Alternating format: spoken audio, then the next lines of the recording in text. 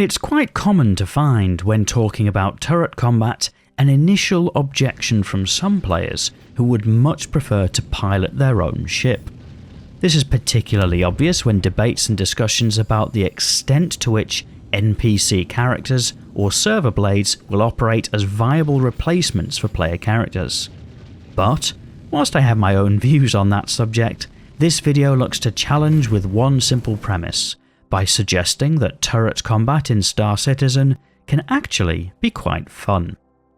I'm Forrester, and in this video we'll explore that topic, mostly with reference to how turret combat currently works in-game, but also with a little healthy speculation for how things might even improve in the future. Some of you may be aware, but this channel regularly hosts a range of Star Citizen videos ranging from guides to ship reviews, so if this kind of video sounds interesting to you, you might like to hit that subscribe button so that YouTube knows to show you more videos like this. So to start, it's important to point out there will absolutely be downtime when turret gunners aren't actively doing anything. The nature of that may be different from ship to ship, as some ships may have non-combat roles that the gunner might do whilst not in a fight. For example, the Mercury Star Runner has a seat for a co-pilot and a scanning operator. Whilst they're not great roles in-game at the moment, potentially in the future there's something there. Moreover, there's a lot of downtime in the ship pilot role too. It's more of a general gameplay thing than something specific to the turret position. Whilst you're in quantum travel, there's not much to do, for anybody. But once you do get into the fight, the turret can be a great place to be. There's a lot of nuances rather than simply just pointing and clicking, although there is a lot of pointing and clicking too.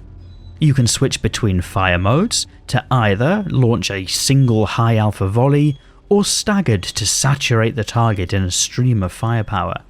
You can choose between gyro modes to either stay in the same place relative to the ship or to focus on a point in space and let the computer account for the movement of the ship.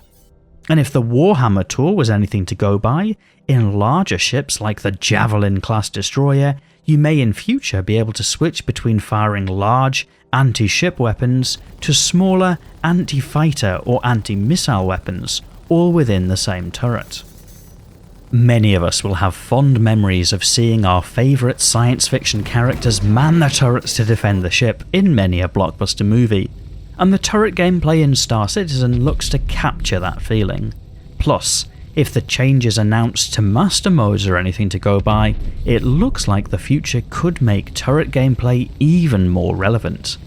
But even in the game as it is right now, many ships have incredibly powerful turrets that can deal a huge amount of damage, often in excess of what a single pilot would deliver in a small fighter. Naturally, it's not all plain sailing. It's really important to operate as part of a team, with the pilot making movements to maximise the potential of the gunners. A pilot that doesn't work well with the gunners will make life difficult. And, as always, with teaming up in Star Citizen, you need to bake in an extra half hour to get the whole party in the same place to actually get started in the first place. But those experiences are often really rewarding. It's still not an everyday occurrence for many players, nor does it need to be.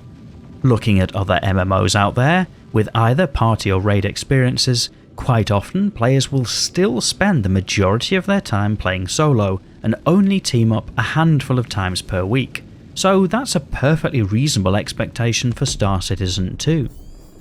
All in all, turret gameplay can be really fun, and in my opinion, shouldn't be relegated to second tier gameplay. Sure, some people can prefer to fly the ship they paid money for, and that's a valid choice, but there's also something to be said for teaming up to tackle some of the larger ships in-game.